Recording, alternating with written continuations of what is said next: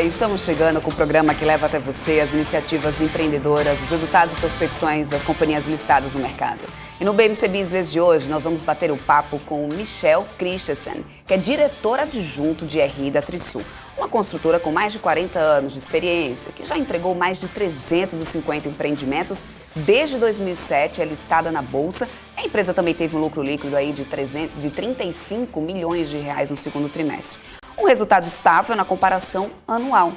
A partir de agora, nós vamos entender melhor esses números, saber as expectativas aí da companhia para esse semestre e também conhecer mais a Trisul.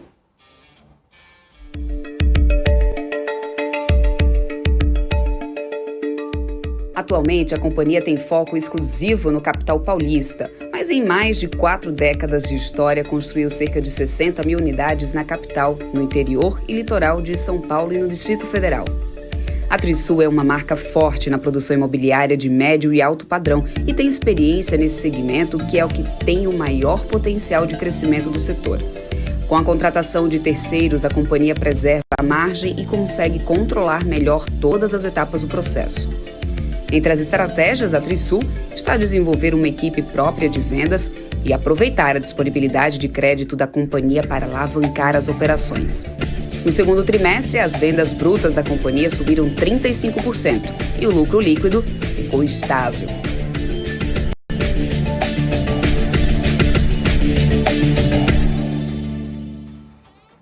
Mas antes da gente bater um papo aí com o Michel, que é aí é diretor adjunto de RI, quase que não sai agora, hein, Alex? Era para poder dizer que eu queria trazer você aqui para poder participar aqui comigo, você que é meu parceiro aqui todos os dias na BMC, todo mundo já conhece. Vamos lá, Alex, vamos falar aí do setor de construção, vamos falar de Trisul hoje.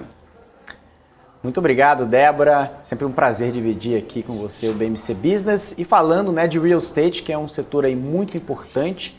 Inclusive eu, né, e toda a equipe também vem buscando, né, também análise presencial. A gente está vendo muito isso, né, ou seja, buscar aí oportunidades não só aqui no estado de São Paulo, principalmente em São Paulo, mas no Brasil todo. E a Trisul é um dos grandes players, Débora, né, principalmente de real estate, listado em bolsa, que tem aí, né, principalmente projetos, né, voltados aí a uma qualidade muito boa, né, ou seja, uma qualidade que também traz, né, uma resiliência dos seus números operacionais, principalmente na pandemia, que, claro, né, o setor todo foi impactado, que também tem algumas dúvidas que a gente vai falar um pouquinho sobre juros, né, sobre relação de insumos, tudo isso que a gente sempre fala, né, Débora, para quem acompanha o programa, e isso a gente vai abordar um pouquinho mais além dos principais temas que abordam o setor de real estate, né, Débora? Isso aí, Alex, a gente ainda vai falar sim, mas por aqui também de outras empresas, hein, gente? O Alex hoje vai trazer os dados aí de CCR, Sul América e Horizon. Mas agora, para a gente entender melhor, os números da Trisul, saber sobre os próximos passos aí da companhia. A gente conversa agora ao vivo com o Michel Christensen, que é diretor adjunto de RI da companhia. Aliás, é Christensen, é isso mesmo, Cris? Me corrija se eu estiver errada, por favor. Aí. Oi, Débora. É isso mesmo, Christensen, Michel Christensen. Agradeço, então, tá bom, então, agradeço a oportunidade de falar um pouco da Trisul. Eu que agradeço aqui a sua participação conosco, a oportunidade de você vir aqui também, né, de ter aceito o nosso convite. Mas vamos lá, Michel, eu queria já começar, né, a nossa conversa aí pelo resultado da Trisul nesse segundo trimestre. O lucro líquido da companhia permaneceu estável na comparação com o ano passado, mas as vendas brutas também subiram 35%. Como que você avalia essa performance nesse cenário de pandemia? Qual era a expectativa de vocês, né, e qual foi o grande desafio da companhia nesse período? Bom, a gente avalia de uma forma muito serena, né? O planejamento da Trisul sempre foi e é um planejamento de longo prazo. Nós priorizamos sempre um ciclo curto, né? Tentar trazer a rentabilização dos projetos de forma mais rápida, mas um olhar de longo prazo para a operação da companhia, trazendo essa rentabilidade na linha do tempo. E o trimestre foi um trimestre desafiador, né? O primeiro trimestre foi um trimestre onde a gente teve de enfrentar os fechamentos, né? Ainda um resquício da pandemia, com estandes fechados. Então foi, de fato, um trimestre com mais desafios operacionais, mas nós já, no decorrer do ano passado, nós já vínhamos nos posicionando de modo a viabilizar compras totalmente virtuais, né? Então, do ponto de vista online, do ponto de vista virtual, nós já predispusemos todo um aparato onde o comprador, o nosso cliente, consegue ter acesso a Zooms, a tours virtuais, né? Então você, através do nosso website institucional, você consegue acompanhar e visitar os nossos projetos, né? Além disso, você também consegue, através dos nossos portais, receber todo um atendimento de corretores online e uma assinatura 100% online do produto. Isso nos ajudou e nós decidimos por manter a meta de lançamento para o primeiro trimestre. Nós lançamos em torno de 328 milhões de reais no primeiro trimestre e no segundo trimestre 413 milhões. Né? Nós tivemos, no segundo trimestre, já contamos com a abertura dos estandes e isso também certamente auxiliou, operacionalmente, auxiliou no incremento no volume de vendas. Né? Então, basicamente, isso se deve a um trabalho forte aí de incremento de vendas a partir da reabertura dos estandes no segundo trimestre. Bom, a gente também sabe, né, Michel, que esse cenário econômico, né, de pressão inflacionária, juros subindo também, não é nada bom para o mercado imobiliário, né? Afeta financiamentos, custos. Como enfrentar esse momento e sofrer o menor impacto possível, né, na operação, se assim a gente pode dizer? De fato, a gente tem sofrido, o setor como um todo sofreu muito em decorrência da inflação nos insumos, né? O custo de construção, de forma geral, teve uma elevação considerável nos últimos 12 meses, né? Se nós analisarmos o INCC, que é o índice que mede, né, que metrifica esse avanço da inflação, ele está aproximadamente 17% nos últimos 12 meses, e obviamente isso requer da construtora um jogo de cintura, né? Então, nós, com isso, colocamos um foco maior no segmento médio-alto, então estreitamos ainda mais a nossa atuação no segmento médio-alto, que é um segmento que consegue ter uma resistência, tem um poder de saving maior, né, consegue absorver melhor o INCC, e repassamos paulatinamente esses custos para o produto. Né? A prioridade da Trisul é a rentabilização, a prioridade da Trisul é a manutenção de margens. Né? E através dessa premissa, a gente vai atualizando, através do INCC, a nossa carteira e atualizando também o preço nos próximos produtos a serem lançados. Evidentemente que seria melhor que não houvesse essa inflação, mas por atuarmos no segmento médio-alto, nós conseguimos, pelo tamanho que representa o custo da obra dentro de um total de 100%, ter uma captura de margem, né? Uma captura de margem bruta a partir do RED, a partir do INCC. O INCC, apesar de encarecer o produto na ponta final, ele nos ajuda do ponto de vista de balanço. Então, por decorrência do indexador, do INCC, que indexa toda a nossa carteira, nós estamos conseguindo manter a rentabilidade da carteira, manter as margens. Né? A nossa margem bruta do último trimestre foi próxima de 38%. Então, isso é um trabalho que tem sido bem realizado, mas os desafios, obviamente, do ponto de vista operacional, do ponto de vista de venda do produto, estão aparecendo. Né? As velocidades de venda, de fato, arrefeceram um pouco. Tá? Eu vou até querer falar um pouco mais sobre essa questão de custos mais para frente, né? Mas voltando agora, falando um pouco mais de lançamentos, né? Vocês lançaram 8 empreendimentos em 2020, previam 11 para 2021. Essa meta está mantida e olhando um pouco mais para frente, para 2022, como que está o guidance de vocês? Assim? Já tem algum número em mente? Nós oficialmente lançamos um guidance, divulgamos o guidance no final do ano passado para 2021, de 1,8 a 2,2 bi de reais. Nós estamos trabalhando oficialmente com o guidance, internamente trabalhamos com uma métrica próxima de 1,8, e estamos atentos aos movimentos de mercado. Né? O mercado, a gente costuma brincar que ele é sempre o mandatário. Né? Então, obviamente, nós colocamos o norte da empresa para efeitos de modelagem, mas de hipótese alguma vamos deixar dinheiro na mesa, né? Então, um olho no peixe e outro no gato, sempre olhando para a margem e olhando para a velocidade de venda. Dessa forma, a gente vai achando um equilíbrio de modo que rentabilize maximamente a operação e também consiga efetuar um bom crescimento operacional, né? De qualquer modo, nós já lançamos 741 milhões de reais no primeiro semestre, o que é quase 75% do que foi lançado no ano passado. Portanto, um incremento já bastante importante de operação, de volume operacional em relação ao ano passado, né? Então, a Trisul, ela sempre coloca de forma muito tranquila o crescimento, né? O nosso crescimento tem de ser rentável, gradual, tem de ser um crescimento seguro, que traga boas margens e que continue sendo pautado nos produtos e regiões nas quais nós nos predispomos a fazer e atuar, né? Nós atuamos basicamente nas regiões Zona Oeste e Zona Sul da cidade de São Paulo, nas áreas de maior calor de renda, né? Então, o nosso cliente, ele é um cliente considerado médio-alto padrão, com poder de compra acima, na média, de 12, 13 mil reais o metro quadrado. Então, são produtos de bom fundamento em regiões centralizadas da cidade de São Paulo, que permitem sempre um desenvolvimento de desejo, né? São áreas onde transitam serviços, onde transitam escolas, hospitais. Então, toda a sorte de serviços, essas regiões onde nós atuamos, estão presentes, né? Então, a preocupação é sempre com a liquidez do produto, né? Hoje, nós temos uma gama, um portfólio de produtos que são muito bons, que são de excelente qualidade, em áreas muito bem localizadas, áreas de desejo da cidade de São Paulo.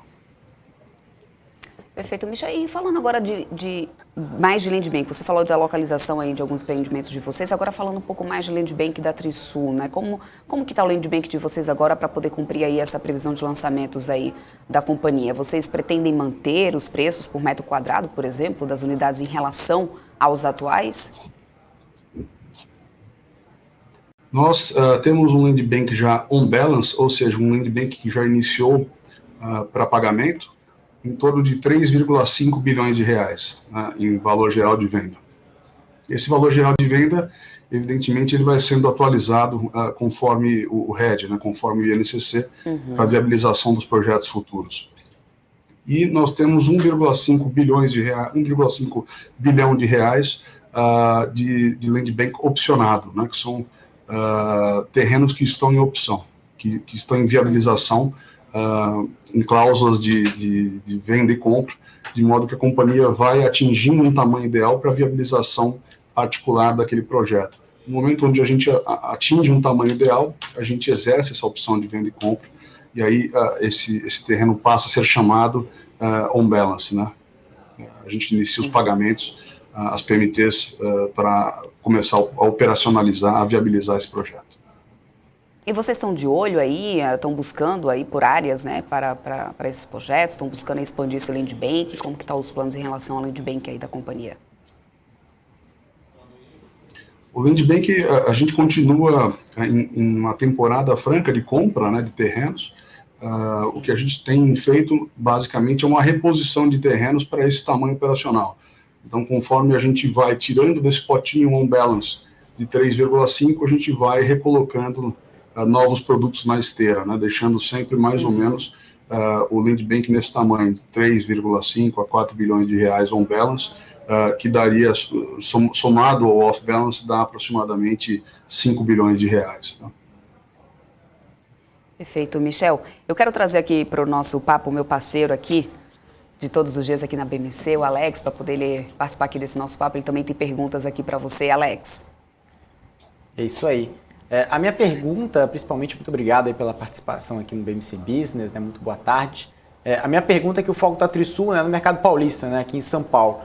E há algum plano, né, de expansão agora, né, para outras regiões? A gente viu, principalmente, né, alguns anos passados, né, que teve esse grande movimento. E vocês vão usar essa expertise, né, que vocês já têm aí desse mercado paulista para atuar em outros lugares, né? Ou seja, lembrando, né, que no passado muitas construtoras tentaram, né, também desbravar, né, o Brasil todo, e muitas delas também tiveram, né, resultados não muito satisfatórios, né? Então, agora algumas companhias voltaram atrás, ficaram um pouco mais nichados, assim como vocês são aqui na capital, enfim, na grande região de São Paulo. Como que você enxerga? Você acha que ainda tem, não só a Trisul, mas o mercado ainda tem uma chance de expandir de uma forma geográfica no Brasil todo? Alex, obrigado pela pergunta, agradeço inclusive a oportunidade dessa conversa. A Trisul tem pautado a sua operação basicamente na cidade de São Paulo. O foco da empresa, desde já de 2014, é a atuação na cidade de São Paulo. Tá? Então, não existe hoje uma expansão geográfica no radar operacional da companhia, de modo que a gente continue a trabalhar o que seria pode até ser chamado de uma empresa de nicho, mas é um nicho de 4 milhões de pessoas, né, que moram aí na Zona Oeste e na Zona Sul. É um mercado bastante grande, né? Um mercado pujante, onde você tem um trânsito grande de serviços e de pessoas. Né? Muito obrigado, Michel. Débora? Obrigada, Alex. Michel, a Trisul também tem investido bastante na modernização, né, de sistemas, processos para poder reduzir o tempo de construção, né, dos empreendimentos, a geração de resíduos, também otimizar custos. O que você destacaria aí nesse aspecto? Assim, quais são os diferenciais competitivos da empresa e as vantagens, né, que vocês têm conseguido aí com esses processos mais tecnológicos? Nós, de fato, temos uma equipe técnica muito pautada na tecnologia e essa equipe técnica tem conseguido um ganho exponencial de tempo do ponto de vista de ciclo de construção. Né? O nosso ciclo construtivo hoje, dentre as empresas listadas, é um dos menores ciclos. Tá? A gente atua basicamente na construção entre 24 e 28 meses, a depender do padrão do empreendimento. E isso traz um ganho de rentabilização da companhia na linha do tempo. Né? Isso, obviamente, melhora os retornos de caixa e melhora a rentabilidade da companhia. Perfeito, Michel. Agora falando um pouquinho sobre esses juros, né? O Copom já sinalizou que vai continuar aumentando aí a Selic, né? E queria entender como que vocês enxergam o atual nível de juros aí. Esse aumento da curva acaba impactando vocês, porque como você falou agora há pouco, vocês têm aí, né, um público voltado para médio alto padrão, né? A gente sabe que a curva de juros também ainda continua, né, numa média historicamente aí baixa, se a gente for olhar um pouquinho para trás. Então, eu queria saber se diretamente isso acaba impactando vocês ou o setor, como que está a expectativa de vocês em relação a isso? A taxa básica de juro, com certeza, é um driver importante para o setor. Evidentemente que quando você tem um aumento abrupto dessa taxa, você pressiona o custo do financiamento imobiliário. Né? Você acaba reduzindo um pouco o acesso a crédito de novos compradores. Cabe ressaltar que a Trisul, nessa estratégia de atuar no segmento médio-alto, ela consegue ter uma gama de clientes que tem um acesso mais fácil a crédito imobiliário, né? E também tem uma capacidade de poupança melhor, né? Uma capacidade de poupança mais robusta. Isso posto, em conversa com bancos, né? Hoje a prática, né, tem sido mais ou menos entre 7% e 8% da taxa de financiamento. Se nós formos observar a taxa de financiamento real, né, para o cliente versus a queda que aconteceu na taxa Selic, de fato isso nunca foi tão abruptamente acompanhado. Né? Quando houve a queda mais abrupta da taxa básica de juros, na ponta para os clientes, essa taxa não acompanhou na mesma velocidade. Né? Então, a taxa se manteve basicamente ali na poupança mais, que era algo próximo de 5,5% para a compra, né? Para a aquisição dos empreendimentos, e hoje está num teto aí próximo de 8%. Mantendo-se uma taxa abaixo de 10%, abaixo de 2 dígitos, ainda é uma taxa de financiamento muito boa para trabalhar. Tá? Ainda permite um mercado endereçável bastante robusto e ainda permite que nós consigamos trabalhar aí com uma tranquilidade de crédito relativa e importante para o momento. Deixa eu falar um pouco mais sobre essa questão de custos, né? Você até citou alguma coisa logo no início da nossa conversa, mas a gente tem acompanhado aí essa disparada no custo dos insumos, de matérias-primas, enfim. Falando exatamente do aumento do aço, por exemplo, como que vocês estão analisando isso? Assim, como que vocês estão fazendo para conseguir manter essas boas margens, como você falou que vocês vinham conseguindo manter aí, nos próximos resultados, tem possibilidade de repasse de preço? Assim, há espaço para isso, se necessário? Nós temos os nossos produtos, né, a nossa carteira, e o produto ele é indexado no INCC. Portanto, o INCC, quando ele passa a transmitir, a replicar esse aumento de custo inflacionário, nós automaticamente atualizamos isso no nosso preço, né? Evidentemente que nós estamos num momento macroeconômico um pouco mais desafiador, onde existem uma série de ajustes que estão sendo feitos, um momento de reflação, né, de inflação, seguido por uma atividade, uma reativação econômica, algo nunca visto no Brasil, e nós estamos no meio desse desafio, né, um desafio onde, por um lado, você teve um aumento de custo muito abrupto, e possivelmente a renda do comprador vai se ajustando gradualmente a esse aumento inflacionário. É uma preocupação da Trisul, certamente. Nós estamos trabalhando da melhor forma possível a manter uma boa velocidade de venda, mas sem abrir de jeito nenhum mão de margem, né? A nossa margem ela tem sido feita a manutenção dessa margem através justamente desse repasse do INCC, que tem funcionado como um bom indexador, como um bom hedge para a nossa carteira. Agora, Michel, a variante Delta, né, do coronavírus já tem afetado aí, né, o fôlego da recuperação econômica, por exemplo, lá na Ásia. Por lá, as maiores empresas do continente já devem registrar nos meses de julho a setembro a primeira queda no lucro trimestral aí em 6 trimestres. Considerando que no Brasil a gente já tem essa variante aí em circulação, isso também de alguma forma preocupa você? Você acredita que isso pode voltar a afetar a forma ou os próximos resultados aí da Trisul? É uma preocupação, a gente sempre fica apreensivo, né? Até porque nós saímos recentemente de uma segunda onda de fechamento. Aparentemente não tem uma indicação mais clara das autoridades que um novo fechamento está no radar, né? Essa nova variante ela tem se mostrado de uma mutabilidade muito grande, né? De uma agressividade grande, mas ao mesmo tempo, ao que parece, a mortalidade tem sido um pouco mais baixa, a letalidade tem sido um pouco mais baixa, né? O que nós devemos é aguardar e, obviamente, ter sempre essas questões sanitárias no radar, né?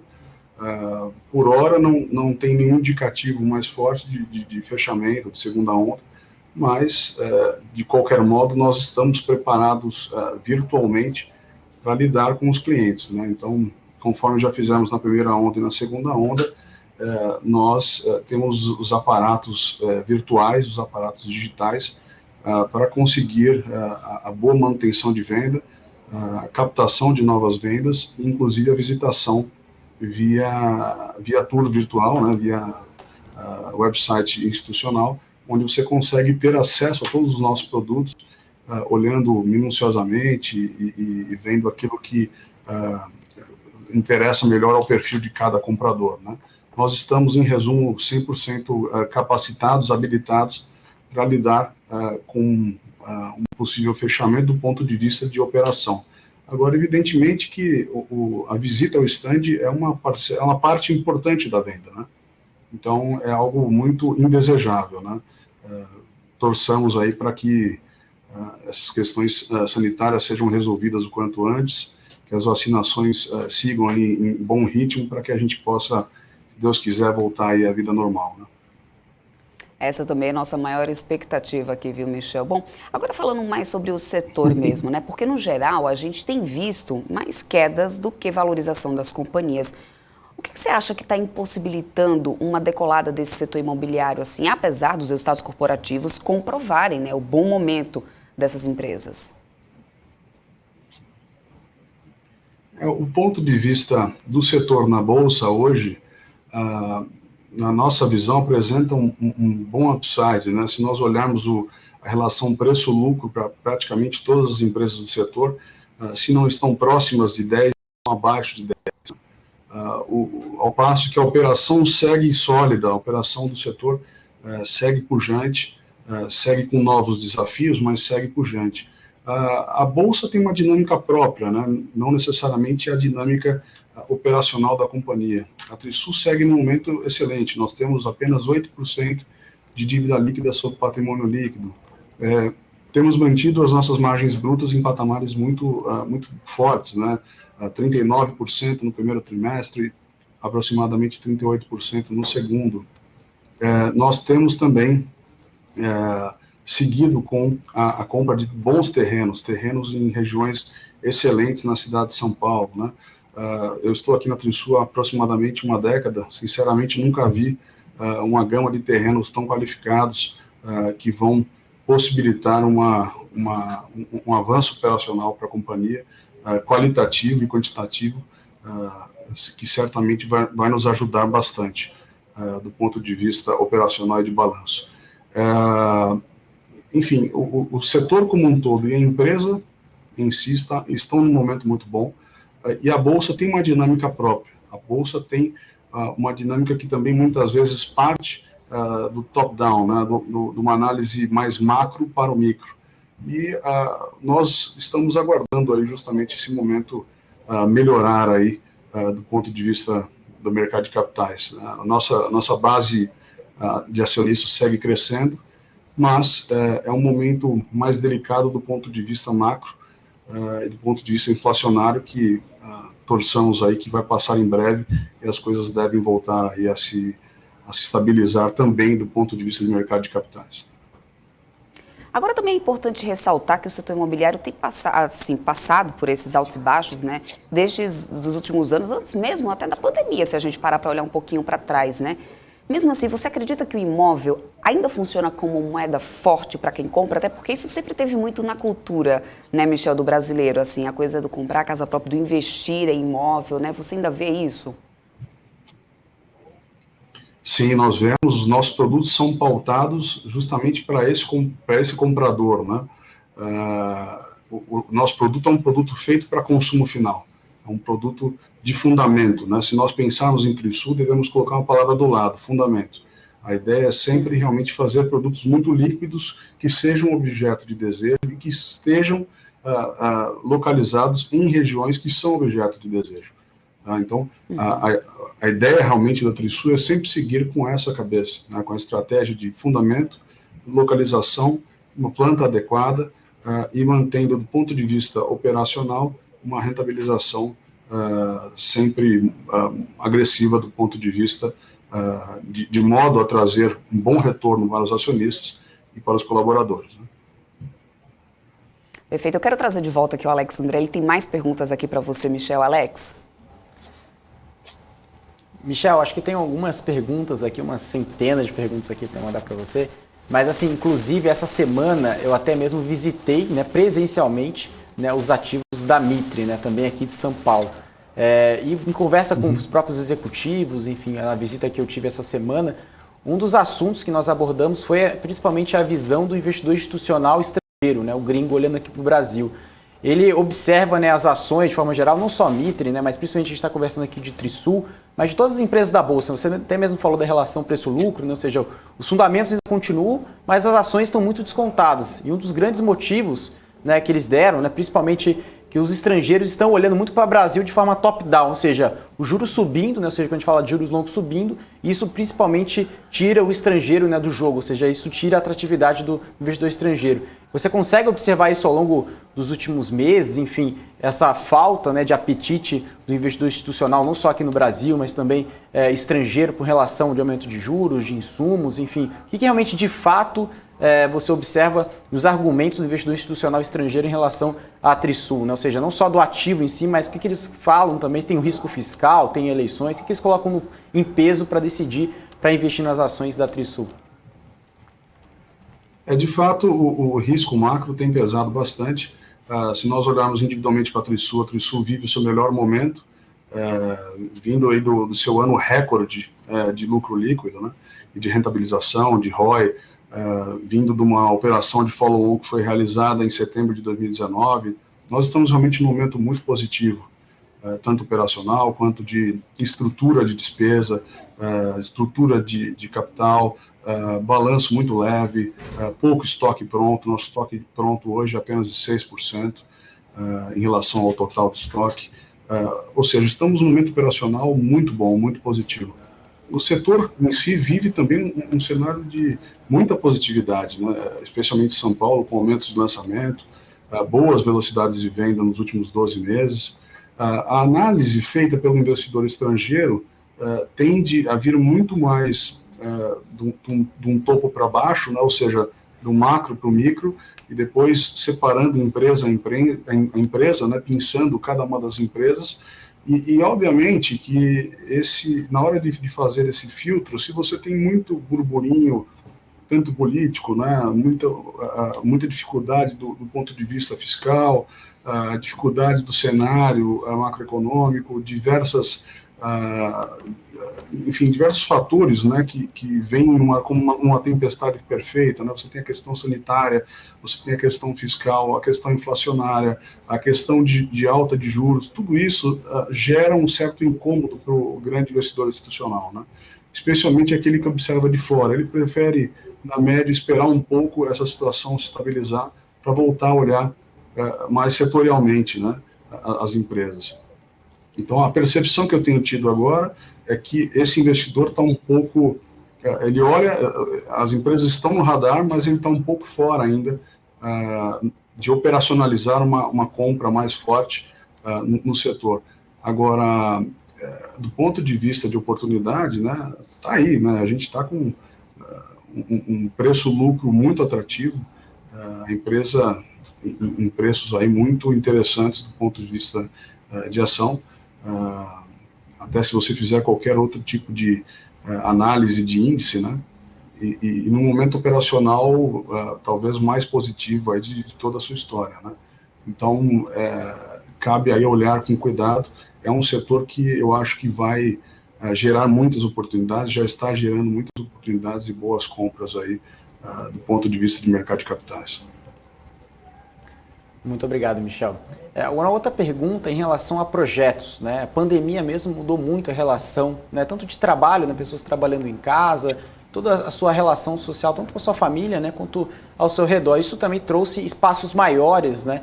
Tanto em novos apartamentos. E se vocês tiveram essa mudança, né? Ou seja, de projeto, né? Ou seja, tanto de planta, a demanda do consumidor, vocês mudaram, né? Ou seja, a rota, né? Ou seja, principalmente desse planejamento estratégico dos apartamentos ao longo dessa demanda, ou você enxerga que isso é principalmente temporário? E uma outra pergunta que eu vou emendar aqui também tem a ver com projetos, né, principalmente na relação dos insumos, né? Ou seja, vocês tiveram alguma troca de material que talvez não perde a qualidade, né, mas ou seja, tem uma relação melhor de benefício, ou seja, a relação, né, tanto de qualidade, ou seja, trocar um material pelo outro, talvez muitos materiais subiram até mais de 100%, isso também teve também essa relação de materiais. Como vocês fizeram também o manejamento para não perder margem, né? Ou seja, como que vocês fizeram na relação operacional a isso?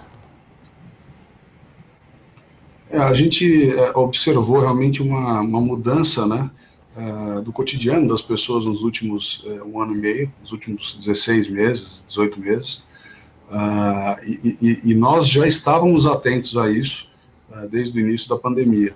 Mas nós temos uma vantagem que, por sermos uma empresa focada no produto final, naquele produto de fundamento, as nossas plantas, de modo geral, já são plantas mais amplas, né?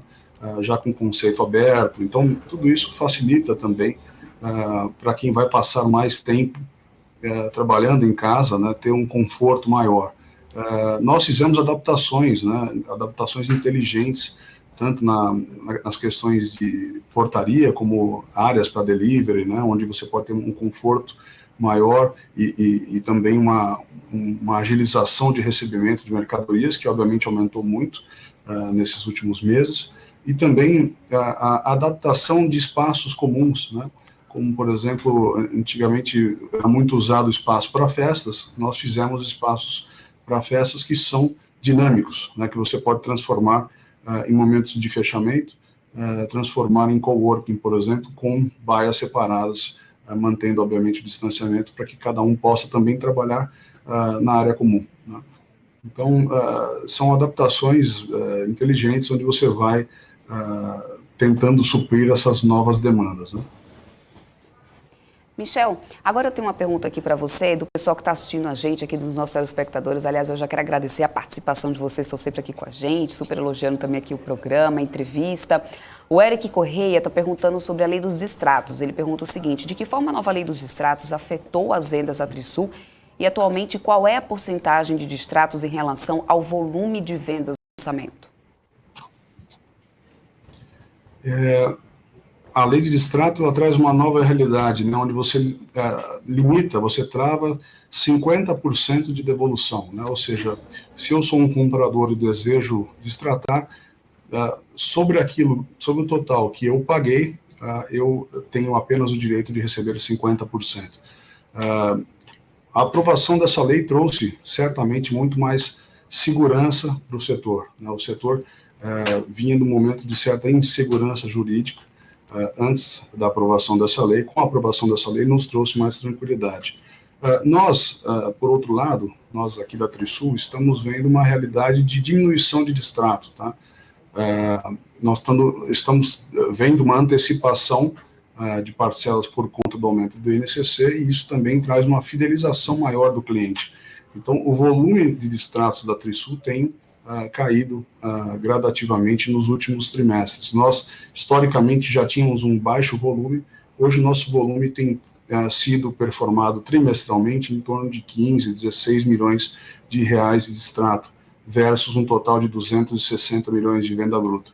Então, é um volume baixo, tá? Um volume que já foi, historicamente sempre foi baixo, mas já foi maior do que está agora. Nós estamos talvez num momento mais baixo em termos de distrato sobre venda bruta. Tá?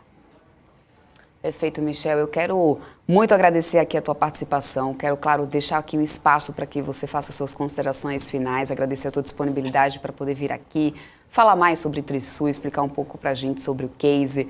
Então, se você puder agora aproveitar esse espaço aqui, né, sempre para poder falar diretamente com os investidores, essa é a nossa intenção aqui. Você pode deixar então aqui suas considerações finais. Eu já espero vocês aqui próximas vezes, hein? Tá bom, pode contar com a gente. Primeiramente, quero agradecer você, Débora, agradecer ao Alex, agradeço a BMC pelo espaço, a todos aqueles que estão escutando, participando. A nossa área de relações com investidores está sempre aberta para conversar com todos os investidores, acionistas, interessados, aqueles que querem conhecer a Trisul, conhecer melhor o case. Nós estamos num momento muito bom, tá? Um momento onde a empresa está numa operação muito redonda, com balanço leve, com dívida líquida baixa. Obviamente tem diversas questões macros que vão gerando novos desafios, mas isso faz parte do business, faz parte da vida, e nós estamos aí super habilitados para passar por cima desses obstáculos, né? No momento de bolsa, nós vivemos um momento muito interessante também do setor. Faço um convite aí para que todos acessem o nosso website sobre a empresa, podem entrar em contato tanto comigo quanto com a Jéssica, ou também com o Fernando Salomão, que é o CFO da companhia. Estamos aí abertos para tirar dúvidas. Temos também o nosso website, o nosso aplicativo de relações com investidores, que permite atualização e notificações praticamente em tempo real. Então, quando a gente faz algum tipo de notificação, de atualização, a pessoa que baixou, né, o usuário do aplicativo já recebe essa notícia em tempo real. Tá? Então, agradeço muito o contato de todos, fico à disposição e obrigado mais uma vez pela oportunidade. Até uma próxima, então, Michel, a gente se fala. Gente, é isso aí. Essa foi a participação do Michel, que é diretor adjunto de RI da Trisul. Eu espero que vocês tenham gostado aí desse papo sobre a Trisul, sobre a companhia, que a gente já vai falar um pouquinho mais agora também sobre o setor, só que agora a gente vai conversar com o analista de investimentos da Sono, João Darouco, que já está aqui com a gente para poder falar um pouquinho mais de Trisul. Seja sempre muito bem-vindo aqui, João. Olá, Débora, sempre um prazer estar aqui conversando um pouco sobre companhias que fazem muito sentido para um público que pensa no longo prazo, como é a filosofia aqui da Suno. E é sempre um prazer estar aqui nesse programa que eu até acompanho muitas vezes do lado de ouvinte, né? Ah, maravilha, que bom saber, ótimo ter esse feedback aí, João. Mas olha só, bom, depois desse resultado do segundo trimestre aí da Trisul, como que você está vendo o papel? Você acredita que ainda está descontado aí em relação aos peers. Eu também estava até vendo aqui o David Guglielmo, que estava aqui no nosso chat, dizendo assim, perguntando, né, se o Miguel, no caso o Michel, né, acredita na cotação da Trisul. Por que ele acredita que a cotação da Trisul está caindo muito nos últimos tempos? Eu até trago essa pergunta aqui para você, porque chegou um pouquinho depois que eu já tinha encerrado aqui o papo com ele. Então, como que vocês estão olhando aí Trisul nesse momento?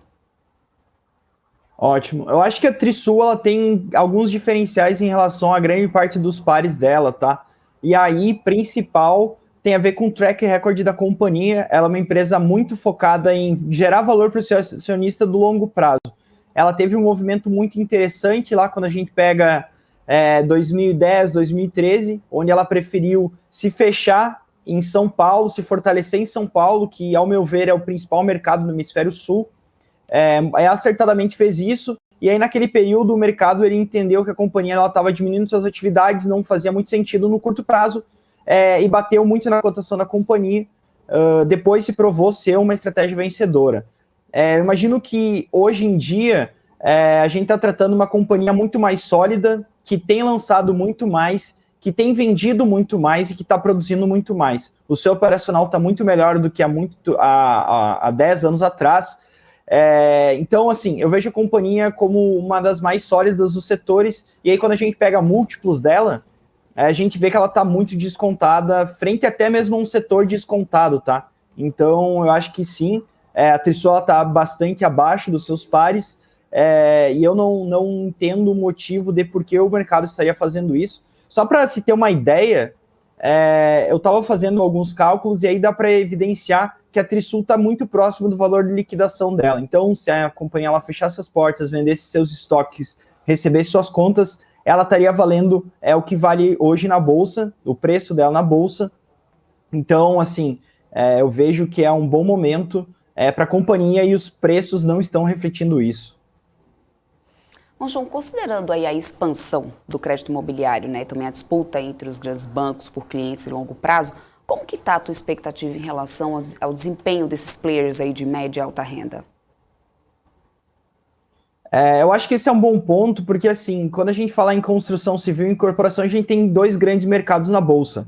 A gente tem o baixa renda e o alta renda, e aí eu vejo que o baixa renda ele está um pouco mais pressionado, muito por conta da questão dos preços dos insumos e um pouco dessa questão do crédito, ele depende muito do governo. O alta renda não. A gente está vendo uma competição se acirrar por conta desse crédito imobiliário. Então, assim, o que eu vejo para a companhia? Eu vejo que o momento é muito bom até mesmo para crédito. A gente fala muito sobre a curva de juros está abrindo, sobre a Selic está subindo, mas quando a gente pega realmente o crédito imobiliário, a gente vê que ele está em níveis bastante saudáveis. Então, eu vejo um momento positivo para as incorporadoras, ainda mais com esses bancos se tornando cada vez mais agressivos nessa competição por oferecer esse serviço aos seus clientes. Perfeito. Bom, a defasagem de lançamentos, né, nos segmentos de média e alta renda desde 2015 acabou causando uma demanda reprimida, né? Mas agora a gente tem aí um volume de estoque crescente na cidade de São Paulo, que é a região onde atua a Trisul. Acho que esse ritmo de lançamentos ainda está em níveis saudáveis? Eu acho que esse é um ótimo ponto. Teve várias incorporadoras. Assim, 2021 era para ser um ano muito bom para a incorporação civil. Quando a gente pega o guidance das principais incorporadoras de São Paulo, por exemplo, eles pretendiam lançar muito. Durante o primeiro semestre ocorreu a segunda onda do Covid. Isso fez com que muitas delas parassem de lançar no primeiro trimestre para não reportar um VSO, uma venda sobre oferta muito baixa, e adiassem para o segundo semestre. Então, nesse segundo semestre, a gente pode ter uma concentração, sim, de lançamentos, mas eu não imagino que essa concentração de lançamentos vai impactar diretamente a alta e a média renda, né? O mercado de alta e média renda, porque quando a gente pega períodos passados, a gente vê que grande parte dos lançamentos foi focado no segmento econômico, que não é o principal foco da Trisul. Então, assim, para o segmento da Trisul, eu vejo como algo bastante saudável. O único ponto de atenção que eu teria é que com o aumento do canteiro de obra em uma cidade, a gente pode ver alguma pressão nos custos de mão de obra. Então, quanto mais canteiros a gente tem em uma cidade, maiores são os números de trabalhadores necessários para construir e pode haver uma questão de preço de mão de obra é um ajuste nesse preço, que é um dos principais custos da construção civil, tá? E foi o que aconteceu no ciclo de 2000 a 2010, houve essa pressão na mão de obra.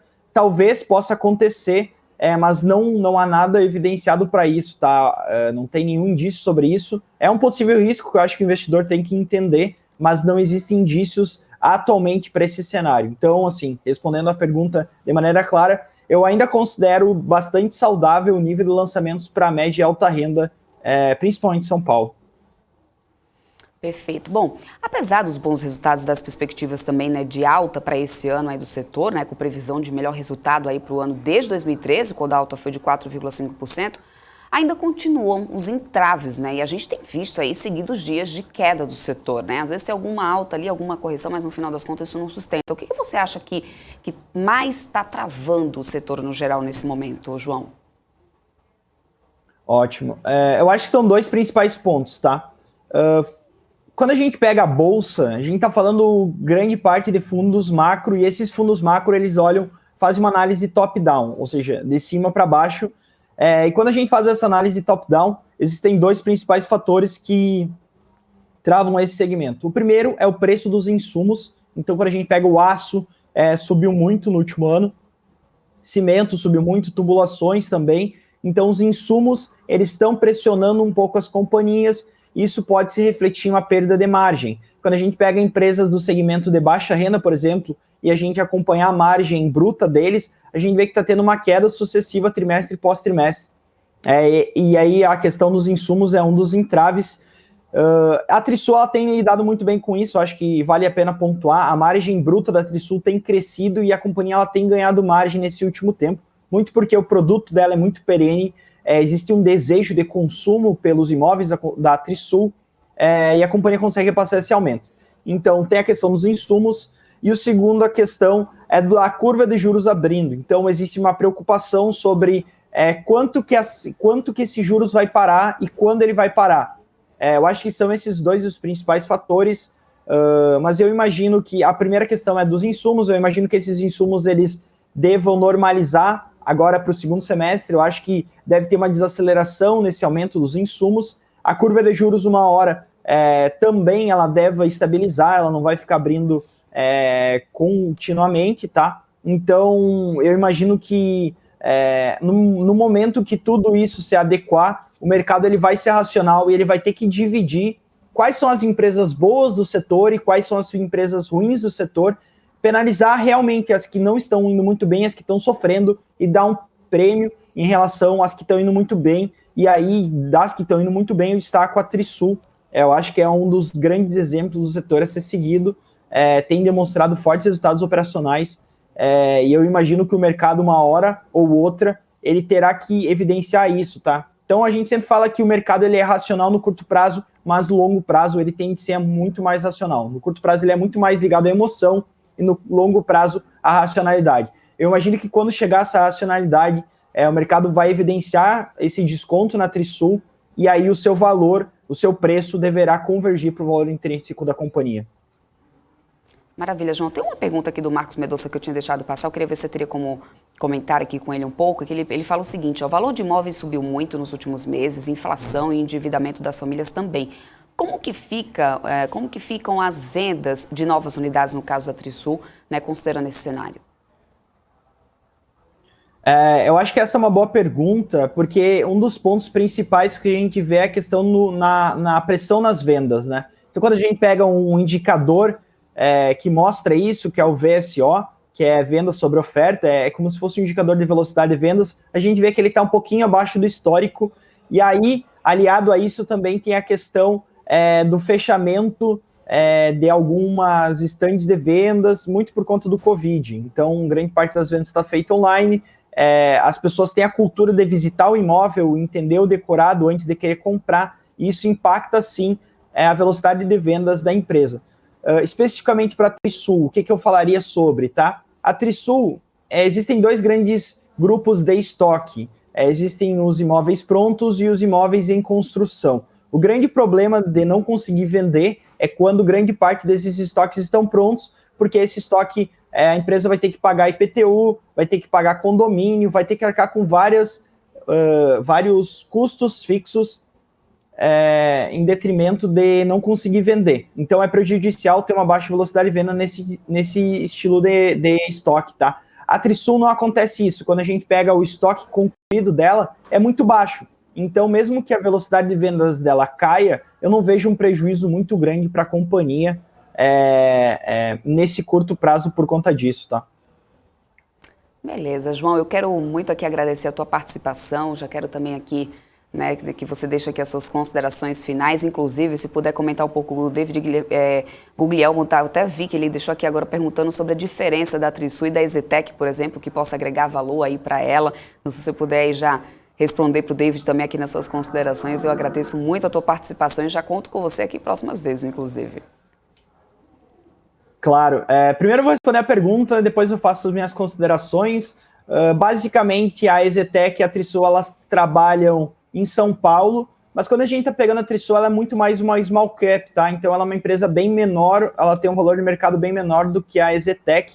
E a EZTEC, ela tem algumas outras frentes de atuação, por exemplo, prédios comerciais. Ela também constrói prédios comerciais, enquanto a Trisul é focada em prédios residenciais, tá? Eu acho que essas são as principais grandes diferenças entre Trisul e EZTEC. De um lado a gente está falando de uma empresa gigante, a EZTEC, do outro a gente está falando de uma empresa menor, mas com muita qualidade, que é a Trisul. E aí, sobre minhas considerações finais, eu tenho a agradecer novamente ao convite, é sempre uma honra estar participando aqui e trazer o nome da Suno para o programa, e sintam-se à vontade para me convidar sempre que acharem necessário. Vou sempre tentar atender o convite de vocês. Eu sou um espectador da BMC News, acompanho bastante, acho que é um conteúdo que agrega muito. Na Suno a gente tem um propósito de levar a educação financeira para as pessoas. Eu acho que com isso vocês fazem vocês fazem muito bem esse papel também, tá? Então, muito obrigado mais uma vez. Eu que agradeço. Até uma próxima então, João. É isso aí, essa foi a participação do analista de investimentos da Suno, João Daronco, ele que estava aqui ajudando a gente a conseguir levar para vocês informações que realmente gerem valor para os seus investimentos. E a gente vai continuar falando mais aqui de empresas, hoje com a Alex começando a trazer aí os dados, por exemplo, de CCR, que teve um prejuízo líquido aí de 44 milhões no segundo trimestre, uma perda de 69% aí, menor do que o reportado no mesmo período de 2020, né, Alex? E também um EBITDA ajustado aí, a companhia teve uma alta de 65,4% na comparação anual, né? É isso mesmo, Débora. E os triggers, né, os drivers de crescimento da CCR, até mesmo, né, Eco-Rodovias, é muito claro, né, ou seja, retomada econômica, ou seja, PIB para cima, consequentemente o aumento da vacinação, ou seja, isso é um grande driver de crescimento. À medida também que tem uma preocupação, Débora, no curto prazo, inclusive até no Boletim Focus, né, toda segunda-feira a gente observa, né, o consenso do mercado, né, reduzindo a expectativa de PIB para o ano que vem. Então isso pode trazer um ponto de preocupação quando a gente fala aqui um macro, né, top-down. Mas a gente vai falar um pouquinho do bottom-up, ou seja, dos números da companhia, tanto operacionais, Débora, como você falou, e também financeiros, tá? Então vamos colocar aqui a apresentação, né, para a gente falar um pouquinho dos resultados da CCR, né, a companhia também que vem sendo muito beneficiada em relação a novas concessões, né, de todos os segmentos, principalmente rodoviários, também aeroportos, né, metrô, todos os modais, né, que a CCR participa, né, ganhando aí relevância, observando sempre o longo prazo, né, são projetos de muito longo prazo, tá? Colocando em destaque o segundo trimestre, né, versus o ano passado, né, o tráfego consolidado apresentou crescimento de 33%, né, excluindo-se aí a Via Sul e a Via Costeira, houve-se um crescimento de 28% do período, tá?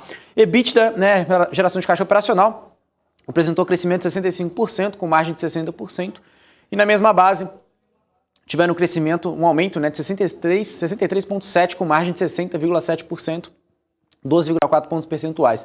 Já o prejuízo líquido, né, como a Débora comentou, foi de 44 milhões, né, ante um prejuízo até maior, que era de 142 milhões, ou seja, o prejuízo ainda está acontecendo? Sim, 44 milhões. Antes era 142 milhões, ou seja, a companhia vem reduzindo o prejuízo à medida que os resultados operacionais vêm melhorando, né, e a vacinação, consequentemente, na curva de vacinação, o ciclo total de imunização, tanto uma dose única como 2 doses também vem aumentando no Brasil. Isso aumenta também não só confiança, fluxo, né, principalmente veículos leves, né, veículos pesados, foi muito resiliente, né, ou seja, logística, né, não parou, e também até aumentou, né, que a gente viu muitas pessoas ficando em casa pedindo, né, muitos produtos ali, né, tanto em relação ali de omnicanalidade, ou seja, pedindo pela internet, e isso passa pelos modais rodoviários, enfim, cabotagem, que no final sempre passa no modal rodoviário das principais rodovias do Brasil, que no qual a CCR tem as concessões, né? Então, por isso que explica, né, a relação do aumento de veículos leves nas estradas da CCR. Da mesma base, o lucro líquido foi de 294 milhões, ante o prejuízo de 142 milhões, tá? Bom, o que nós temos aqui agora para falar de alguns números, né, além do que a gente já conversou aqui, né? A gente falou um pouco sobre receita, foi de 1,7 bilhões de reais no ano passado, agora ficou 2,3 bilhões, um crescimento de 31,7%, tá? A margem EBITDA ficou em torno de 48,3% no ano passado, agora em 60,7%, como a gente já comentou, e também em relação ao lucro líquido, como a gente comentou, o prejuízo líquido também que diminuiu 70%, né, em relação ao trimestre do ano passado, ou seja, o resultado melhorou bastante.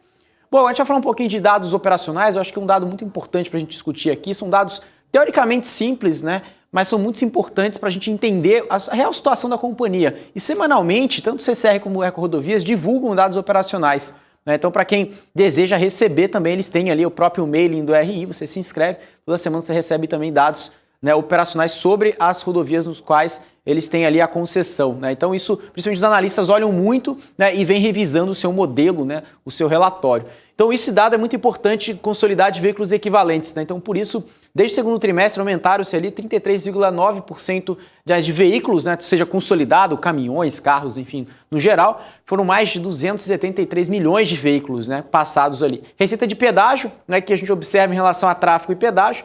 Na Via Sul a gente consegue ver, né, incluindo-se os resultados proporcionais das investidas controladas em conjunto, consegue ver um investimento ali em relação de receita de pedágio de 25,5 milhões, né, em relação aqui, principalmente das maiores, né, concessões, seja Autoban, Nova Dutra, Rodonorte, Via Lagos, Via Oeste, Renovias, Oeste, SP Vias, MS Via e Via Rio, né, ou seja, são as principais concessões da companhia. A gente consegue observar principalmente em relação de receita de pedágio, o crescimento na Via Rio, também na Via Lagos e também principalmente na Autoban.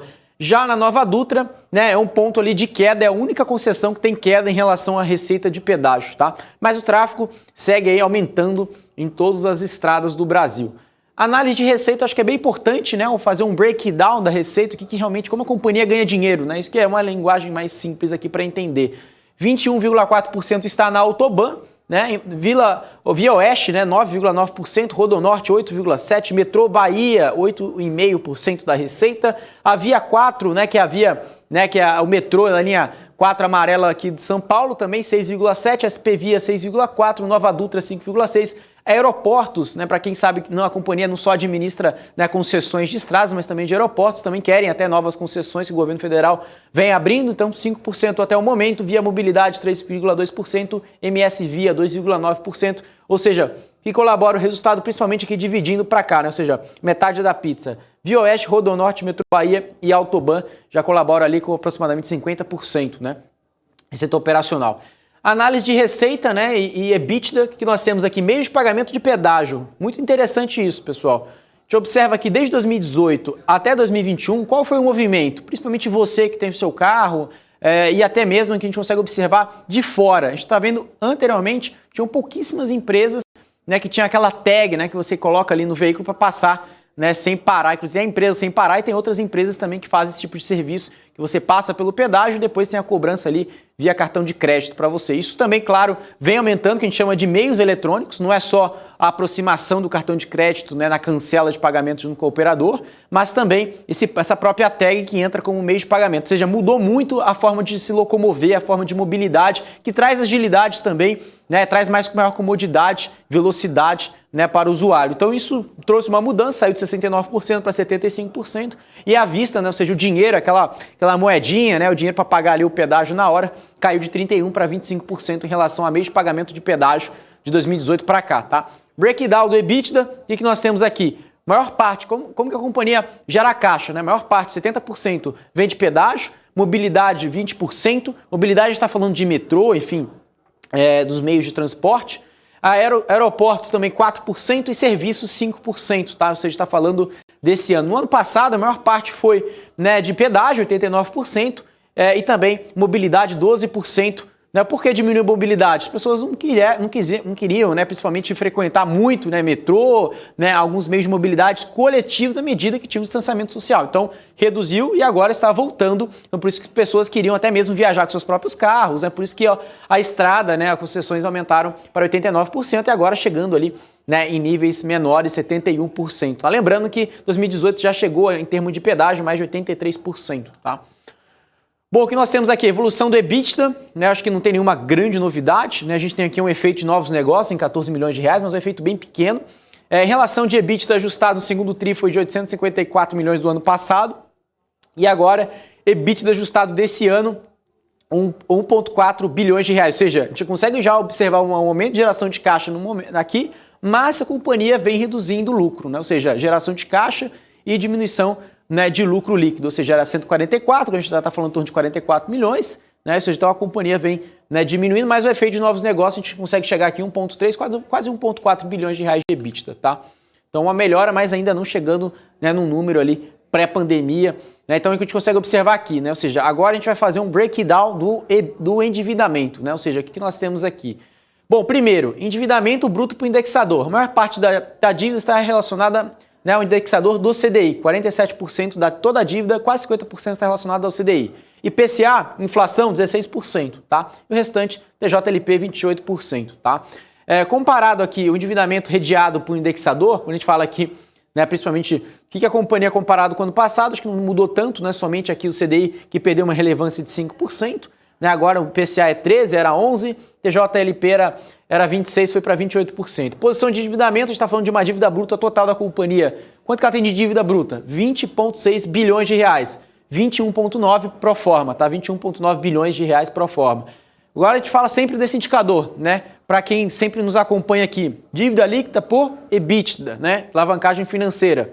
2,3 vezes, assim como o pro forma também está rodando em 2,3 vezes, tá? Dívida líquida por EBITDA. Lucro líquido, né? Vamos lá, então a gente tem aqui o lucro líquido. Lembrando, a companhia teve um prejuízo no ano passado, 142 milhões. Lembrando, reduziu-os para 44 milhões. E a medida do acordo preliminar de São Paulo e Via Costeira, na ordem de 338 milhões. Então, lembrando, nesse fator aqui a gente chegaria na mesma base do segundo trimestre, 294 milhões de reais, tá? Dívida líquida, né, pelo EBITDA, como eu comentei, 2,3 vezes. Lembrando que no quarto TRI ficou em 3 vezes, ficou no maior patamar. A companhia então vem aumentando a geração de caixa, diminuindo dívida, então relação 2,3 vezes, né, abaixo. Em relação a IFRS também vem diminuindo, né, então a gente consegue chegar aqui, né, numa dívida, principalmente a dívida líquida, né, a gente está falando de dívida bruta, você lembra que a gente estava falando de dívida bruta, 21,9 pro forma, né, e 20,9, né, sem ser pro forma, bilhões, a gente está falando de bilhões de reais, agora 15,46 bilhões de reais de dívida líquida da companhia, tá? Diferença de dívida bruta com dívida líquida, tá? Bom, agora a gente vai falar um pouquinho sobre o consenso do mercado, né, que os analistas esperam, né, do papel da CCR. No terceiro TRI, o mercado espera 1,43 bilhões de reais de EBITDA, já no quarto TRI 1,45 e no primeiro trimestre do ano que vem 1,57 bilhões de reais de EBITDA, ou seja, melhora a geração de caixa, consequentemente, claro, também a companhia, né, pode, né, de acordo com o consenso do mercado, reverter o prejuízo, já registrar um lucro líquido de 287 milhões no terceiro TRI, 251 no quarto e 457 milhões de reais, né, dependendo aqui do consenso do mercado, para o primeiro trimestre do ano que vem de 2022. Tá? Em relação aqui também do preço-alvo, são 12 analistas recomendando compra, 5 neutro e 1 venda. Né? Então, qual analista que está recomendando venda? Insight Investments, né? A análise ali, colocando venda a 9,10, mas de restante nós temos aqui Morgan Stanley a R$17, Banco BTG a 18, Bradesco BBI a R$22, Santander colocando neutro a R$15, JP Morgan colocando a 14,50. Também temos aqui, né, um outro institucional estrangeiro colocando Sadif Investments, também colocando Hold também a 11,86, Credit Suisse 21,50, então o BBA também a 16,50. Por último, Now Securities colocando buy ali, colocando compra também a 12,70. E por último temos aqui Goldman Sachs também colocando neutro a R$13,50, Débora. Então esses são os principais resultados operacionais, financeiros e consenso do mercado das ações da CCR, Débora. Isso aí, Alex. Agora a gente vai falar um pouquinho também aí dos números da Sul América, né? Que o lucro da companhia despencou aí nesse segundo trimestre com os efeitos da pandemia da Covid-19. E eu acho que a gente ainda vai ver esse danado desse efeito dessa pandemia repercutindo um pouco aí, né, Alex? É isso aí, Débora. Acho que a pandemia ainda não acabou, né? A companhia também vem olhando, principalmente, Débora, depois desse resultado, o que pode ser melhorado em resultado operacional. Inclusive, alguns analistas vêm colocando a expectativa, né, de subida de juros, que já está acontecendo, com um bom argumento, né, para as ações, né, da Sul América. Tem diversos drivers, né, diversos argumentos, cada analista ali tem, né, a sua explicação, a sua argumentação, mas o que eu tenho, né, lido bastante é a relação do aumento de juros, né, principalmente para quem conhece o setor, né, de seguros, principalmente aquele dinheiro, né, que a companhia tem, né, em caixa, né, ele joga ali no CDI e o CDI maior, né, consequentemente, é um argumento muito simples, mas alguns analistas colocam isso também no modelo que pode trazer aí resultado positivo como um dos argumentos de drivers da companhia. Então a gente vai falar um pouquinho sobre isso e outros fatores agora nos resultados do segundo trimestre, tá, da Sul América. Como a Débora comentou, né, eu acho que não tem nenhuma grande novidade para quem acompanha, a sinistralidade, né, aumentou ali em torno ali de 80 para 85,8%, né, a gente está falando aqui de um aumento, principalmente, né, que teve uma alta comparado ao segundo trimestre do ano passado, que chegou a 69%. Também a gente está falando aqui em relação a despesas administrativas, a gente está falando aqui do G&A, caiu ali, era 7,3% para 6,7% da receita líquida. Também a gente comenta aqui sobre o total de receitas operacionais, que também chegou ali a 4,7 bilhões de reais e agora no segundo TRI ficou em 5,2 bilhões de reais, tá? Agora, o que é bem interessante, um ponto bem legal para quem não conhece, né, a Sul América, né, o business model da Sul América. Então, o que nós temos aqui? Não só a relação, né, de seguros como um todo, mas a gente tem diversos, né, players aqui, né, diversos braços, né, que a companhia tem. Bem interessante. Pronto atendimento, né, e tem um fast track do Covid com 32 hospitais parceiros, mais 42 parceiros aí em PS não Covid-19, cuidado pré-hospitalares, teleconsultas eletivas, isso é bem legal, né, as teleconsultas que também traz uma revolução no mercado da medicina e também uma agilidade, até uma margem maior, né, para os operadores. Ambulatórios in company, atenção primária, médico em casa, também médico na tela. São mais de 1 milhão de teleconsultas e terapias desde janeiro de 2020, desde o ano passado, que a gente está falando aqui de teleconsultas eletivas e também consultas ali, né, padrões ali no dia a dia. Orientação médica telefônica também, são mais de 150 mil ligações, bem interessante nessa marca ShareCare e também da DocWay, que agloba médico em casa e médico na tela, e o WhatsApp para triagem para Covid-19, ou seja, você não necessariamente precisa ir no hospital para saber se está de Covid. Antes disso, você liga, né, manda um WhatsApp, ele vai perguntar, vai ter um questionário. Se você, né, tiver ali, né, os sintomas, tiver ali dentro daquele quadro ali que você pode estar com o Covid-19, aí sim você é direcionado para a unidade de saúde, né, para um cuidado ali, né, necessário. E também tem a triagem pelo aplicativo, também para suspeitas de Covid-19. Então, tanto pelo aplicativo, pelo WhatsApp, enfim, já consegue ver, né, a questão de omnicanalidade na saúde, né, ou seja, saindo do varejo, né, indo para outros braços, que é muito interessante também, né, esse cuidado coordenado, como eles dizem, com a iniciativa digital. Então, aqui a gente vai falar um pouquinho de atendimentos digitais, né, saúde na tela. Então, o que a gente observa? Né, orientação médica telefônica e médico na tela, que é especialistas, plantonistas, terapeutas que atendem, né, pelo telefone. São mais de 1,3 milhões, né, de atendimentos digitais desde janeiro. São mais de 673 mil somente no primeiro semestre de 2021, nos 6 primeiros meses de 2021. Beneficiários ativos coordenados é 30% da base total, ou seja, é um aumento também muito representativo. E índice de satisfação do NPS, será que realmente o cliente gosta, né, de ser atendido pelo telefone, tanto em vídeo, WhatsApp, aplicativo? Isso traz um resultado, né? Ou seja, segundo o TRI, um NPS de 87 pontos, comparado com o quarto TRI 84, ou seja, a satisfação do cliente está aumentando sim, está gostando e vem aumentando recorrência até mesmo sobre a base total de beneficiários, tá? Médico na tela também, 82 pontos, era 79 pontos de NPS e cuidados, né, médico do cuidado coordenado, né, que são atendimentos presenciais, né, ou seja, um médico na casa, né, do paciente. 87 pontos, era 86, ganhou um ponto ali de NPS, então continua em níveis muito, muito fortes, muito saudáveis de satisfação do cliente do NPS, né, para quem não conhece o indicador, Net Promoter Score, tá? Bom, passando para o próximo slide, né? O que nós temos aqui? Estratégia mid-ticket, né, e saúde, ou seja, crescimento orgânico e inorgânico. Não deixam de olhar para a M&A, mas também olhando para a própria casa, os seus próprios processos ali orgânicos, né, da sua própria base, vem crescendo também, né, ampliando o seu mercado endereçável. Ou seja, à medida que consegue abrir o leque, né, de novas iniciativas, novas operacionalidades, trazendo novas soluções para o cliente, até mesmo um preço mais acessível, mas para a companhia com uma margem maior e com volume, uma escala muito maior do que antes, então isso é interessante, né? Então temos aqui algumas aquisições, como Paraná Clínica, são mais de 95 mil beneficiários, 4 mil vendas novas somente no segundo trimestre. Temos a aceleração do cross-sell com Odonto, né, a inauguração da clínica de Odonto em São José dos Pinhais, bem do lado ali, né, de Curitiba, ali, onde fica o aeroporto Afonso Pena, para quem conhece, né, junto ali na região metropolitana. Santa Casa de Ponta Grossa, também no Paraná, são 25 mil beneficiários, 98% empresarial, e a adesão já muda ali também a relação de ticket de clientes, né, relação de ampliação estratégica da Paraná Clínicas no Paraná. E ampliação do pipeline e alvos de M&A, ou seja, eles ampliam o funil, né, de empresas interessadas, né, que podem ter ali uma possível fusão e aquisição, né, o M&A. Então tem cada vez mais, abre-se o leque, abre oportunidade nesse mercado, né, de saúde e seguros que a gente consegue ver, principalmente numa expectativa, né, de uma consolidação cada vez maior, né, de uma competição cada vez mais forte, né, no setor como um todo. Tá? Então a gente tem aqui a Sul América direto. É uma aceleração dos crescimentos nos últimos 6 meses, a gente está falando de lançamento segundo TRI, né, como Direto BH, né, e Direto Brasília, são 9 regiões alcançadas, né, são novas praças na esteira com parceria de prestadores estratégicos. Então, beneficiários ativos cresceram-se ali mais de 167% desde o ano passado, tá? Ou seja, uma base crescente muito forte. Tá? Então a gente está falando aqui de um pouco mais de 33 beneficiários ativos, mais de 150 mil vidas no mid-ticket, tá? Ou seja, uma estratégia muito importante, ainda incipiente, crescendo bastante, tá? Bom, o que nós temos aqui? Saúde e Odonto, números operacionais, crescendo receita operacional 6,7% na base semestral, beneficiários em planos coletivos, né? O que nós temos aqui de forma geral? Tivemos um ganho de 11 mil, né, beneficiários em saúde, 17 mil em Odonto, né, olhando no primeiro TRI para o segundo trimestre.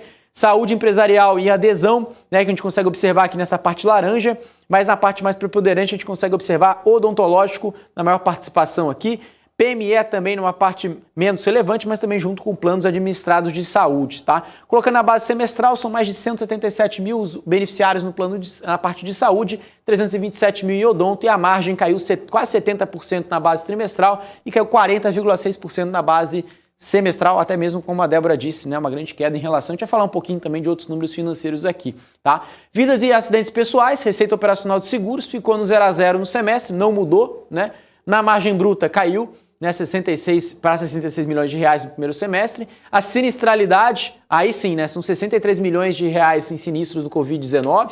Então a gente consegue ver o impacto do Covid nessa parte de cinza muito grande, né, ou seja, que impactou muito no resultado. Olhando nos últimos 12 meses também, uma queda de 27,6 pontos percentuais, e a composição da carteira coletivo corresponde a 66% lá no ano passado, agora em 72%. Também a gente consegue ver tanto viagem, pecúlio, individual e prestamista. Também o segundo ponto é individual, com 17,4%, maior parte em relação à composição de carteira, tá? Previdência.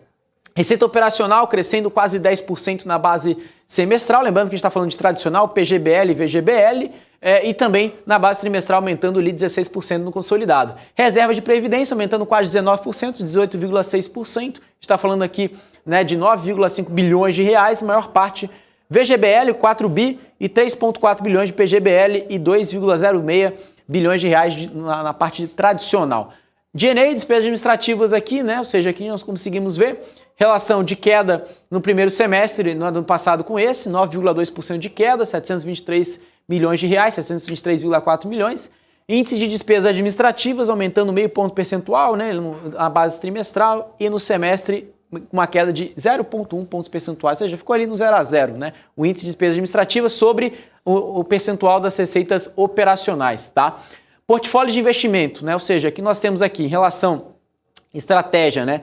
Em 65,4%, né? Em Selic, né? CDI, no trimestre passado, no ano passado, chegou um pouco mais de 91%, e a alocação do investimento, né? Títulos públicos, né? O que a gente está observando? No ano passado, segundo o TRI, ficou em 80,4%, agora é 83,7%.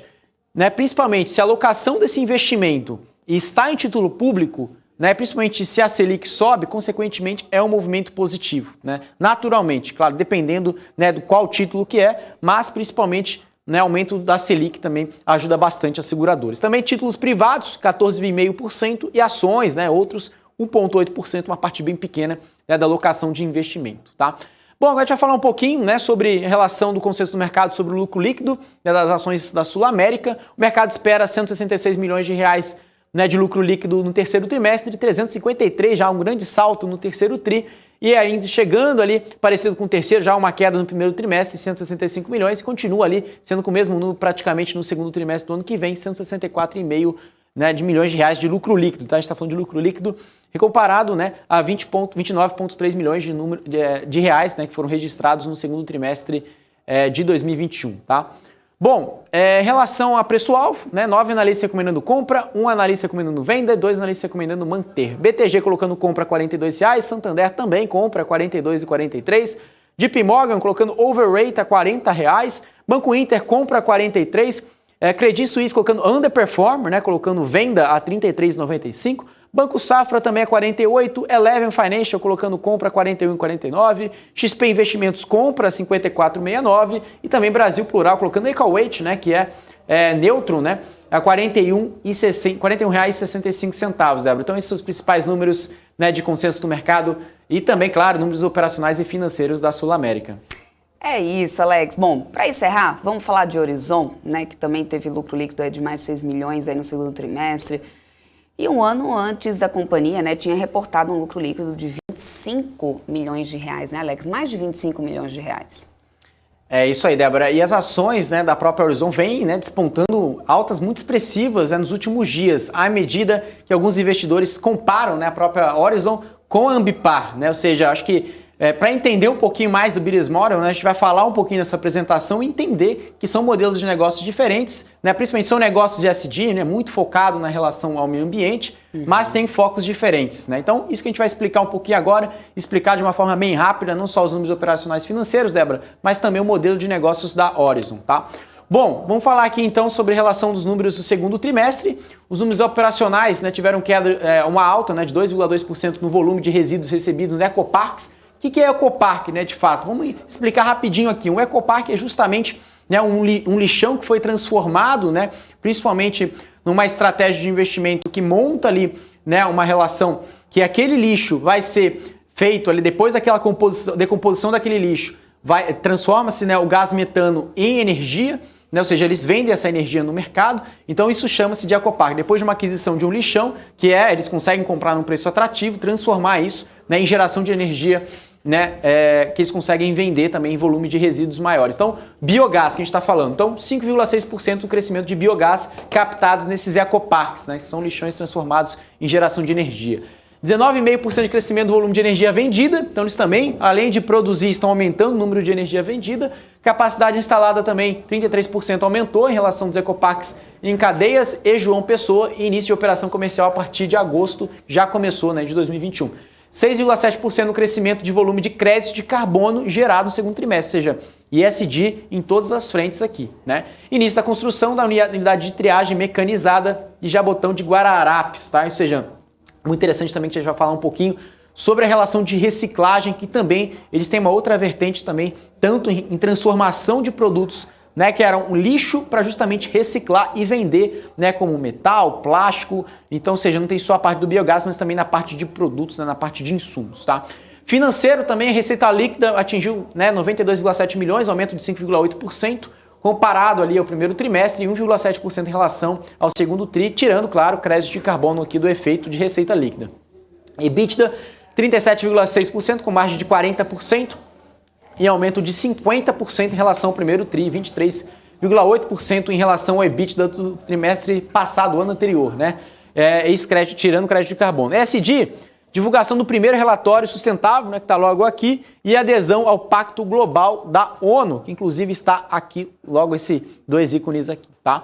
Bom, passando para o próximo slide, então o que a gente vai falar? Né? Resíduos, crescimento de 2,2% no volume de resíduos, atingindo ali mais de 1 milhão, né, de toneladas, né, 1,1 milhão de toneladas, refletindo a retomada gradativa da economia, ou seja, vai gerando mais resíduo, vai gerando mais lixo, consequentemente de ver, né, a economia mais aquecida, pessoas comprando, né, ou seja, consumindo, isso gera lixo, então o aumento de resíduos aumentando. Isso também traz uma variação, principalmente de produção e de venda de energia, principalmente está vendo aqui um movimento, né, de escassez, né, por relação, né, de energia, né, por falta ali de chuva pela matriz energética aqui do Brasil. Então, biogás é uma das formas ali também de geração de energia, né, alternativa. Então, variação positiva de 5,6%, né, na relação do biogás, de volume, né, atingindo ali também em função da melhoria de eficiência de captação de biogás. Geração de energia teve um incremento de 19,5%, atingindo ali também 36 mil megawatts em função do aumento do número de motores em operação. E o crédito de carbono, o volume de 2021 a ser comercializados no momento oportuno, né? Ou seja,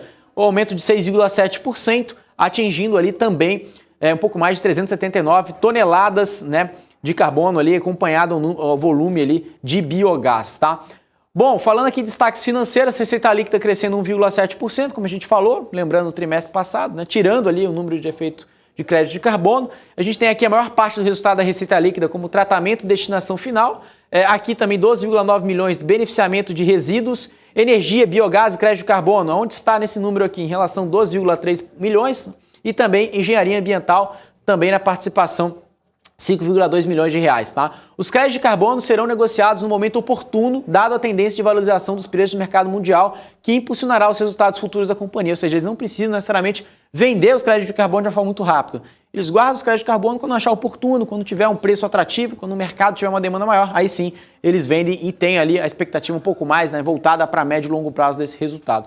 Receita líquida, crescimento do volume de resíduos, como eu falei, principalmente no aumento da economia, PIB, e aumento do volume de energia e biogás gerado nos ecoparques da companhia, como eu expliquei, né, o que é um ecoparque, tá?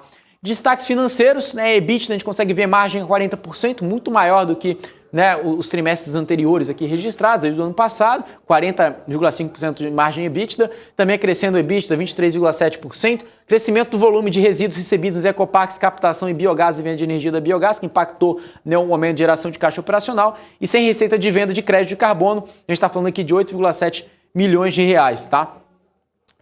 Composição do resultado líquido, né, resultado líquido ajustado, colocando diversos efeitos aqui, desde a depreciação, amortização, resultado financeiro, imposto de renda, contribuição social, lucro líquido, pagamento baseado em ações, pagamento baseado em ações depois do resultado líquido do segundo TRI, ajustado a gente está falando de 7,1 milhões de reais, tá? Colocando um EBITDA de 37,6 milhões. Endividamento, o que nós estamos falando aqui de um cronograma de amortização? O único fator que preocupa aqui no curto prazo seria 2023, com 60,5 milhões, 2024 com 53,8, após isso, né, dívidas bem equacionadas, né, jogada ali para frente, mas não são números que preocupam tanto, né, em relação no curto prazo de 2021 e 2022. Tá? A gente está falando de uma dívida bruta que fechou ali em 300 milhões, um pouco mais de 300 milhões de reais, teve uma queda, né, de quase 11%, à medida, né, que a geração de caixa, né, o EBITDA aumentou quase 0,8% no comparativo. Então a gente está falando de uma alavancagem de dívida líquida por EBITDA que era 2,1 vezes, agora a gente está falando de uma dívida líquida de 0,2 vezes, ou seja, a companhia desalavancou de uma forma muito forte. Primeiro, custo médio da dívida era CDI mais 9,30, agora é CDI mais 7,8, ou seja, a companhia mudou seu perfil da dívida, diminuiu, né, a sua dívida, seu custo médio da dívida, alongou a sua dívida e gerou caixa, né, ou seja, aumentou. É a fórmula, né, que a companhia principalmente faz, né, para diminuir a sua relação de alavancagem financeira.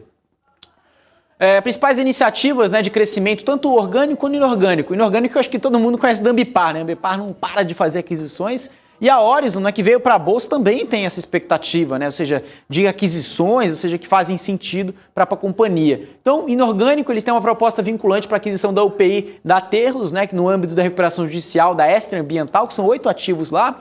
Avaliação e negociação de mais de 10 oportunidades que estão no pipeline deles de M&A, tá? Então, eles estão olhando muito para isso. Orgânico, que eles estão tocando, que eles querem crescer. Aumenta a capacidade de energia, né?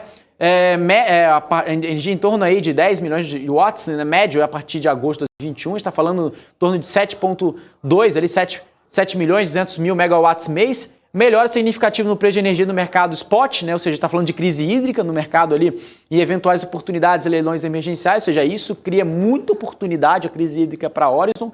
Expectativa de crescimento de volume de resíduos recebidos nos ecoparques da companhia em relação ao ano 2020 e a construção também, né, no maior UTM, né, do país a ser instalado no ecoparque de Candeias, ali em Pernambuco, um investimento de 70 milhões de reais e entrada em operação prevista no segundo trimestre do ano que vem e a primeira planta de WTE da América Latina. Tá? Então esses são esses crescimentos para a companhia. Já a iniciativa de mercado ESG, acho que de ESG tem bastante, publicação do primeiro relatório de sustentabilidade, avanço de agenda ESG, construção da matriz de materialidade, identificando temas que refletem impactos econômicos, ambientais e sociais e adesão ao compromisso do Pacto Global da ONU. Mercado, evolução do plano proativo, transparente, ágil, comunicação com o mercado, contratação do formador de mercado, isso é muito importante, todas as companhias praticamente fazem esse movimento para incrementar as liquidez, né, compra e venda das ações da Orizon, o ORVR3, né, que é o ticker. Atualização também eles colocaram, né, o target da XP, R$30 por ação, era 29, não aumentou R$1. gestão do endividamento também, tá? Então a gente consegue colocar aqui, eles tiveram liquidação antecipada com a dívida do Credit Suisse no montante de 68 milhões de reais. E isso traz principalmente aquele número que eu falei, redução, né, do custo médio da dívida, eles pagam a dívida mais cara e também até mesmo alongam a dívida, então isso traz ali um custo médio da dívida menor e também uma relação dívida líquida por EBITDA menor também, que a gente está falando de 0,2 vezes, tá? Então quando a gente fala aqui de relação de expectativa do mercado, a companhia entregou 37,6 milhões de EBITDA, o mercado espera 40,2 milhões de EBITDA no terceiro tri, no quarto tri o mercado espera 40,5 milhões de reais de EBITDA, geração de caixa operacional. Quando a gente fala aqui em relação a preço-alvo, né, são 3 analistas recomendando compra, Credit Suisse colocando alto performance a 29,30, Banco BTG colocando compra também a R$ 31 e Eleven Financial também colocando a R$ 30 as ações da Horizon, Débora. Boa, Alex, é isso aí. Para a gente trazer, né, informações do mercado, Alex sempre muito bem atento a todas as companhias, do que tá rolando também, mas vamos ficando por aqui porque a Hanna Beltrão e a Rafael Lara já estão quase expulsando a gente tem que chegar aí, a gente já tomou um tempinho aqui deles, né, Alex? Vamos deixar aqui a programação pro pessoal que está agora assistindo a gente ficar por dentro aí das últimas notícias do mercado e a gente, claro, volta amanhã por aqui. É isso aí. E, Débora, ainda hoje eu vou estar ao vivo, né, aqui na programação da BMC News, mas lá no Instagram é só deixar um convite para todo mundo às 18 horas no Instagram da BMC News, bmc.news, junto com o Marcos Saravalli e Rafael Lara, claro que vai estar aqui, né, junto com a Hanna Beltrão agora tocando o BMC Now e também com um grande convidado que vai ser o Tio Uli, né, às 18 horas. Então não perca, vai ser lá no Instagram da BMC News às 18 horas, tá bom, Débora? Grande abraço, ótimo. Obrigado a todos. Convite mais do que feito, pessoal, fiquem atentos aí porque vale a pena. Bom, vou ficando por aqui, lembrando que vocês podem também acompanhar as notícias do mercado lá no Instagram da BMC, @bmc.news, além do nosso portal que tem notícia aí sendo atualizada minuto a minuto com tudo que está acontecendo no mercado nacional e internacional, porque só aqui na BMC você tem informação que gera valor, você sabe disso. Bom, eu, Débora Oliveira, vou ficando por aqui, mas você continua na nossa programação com a Hanna Beltrão e o Rafael Lara no BMC Now. Obrigada pela sua audiência. Tchau, tchau.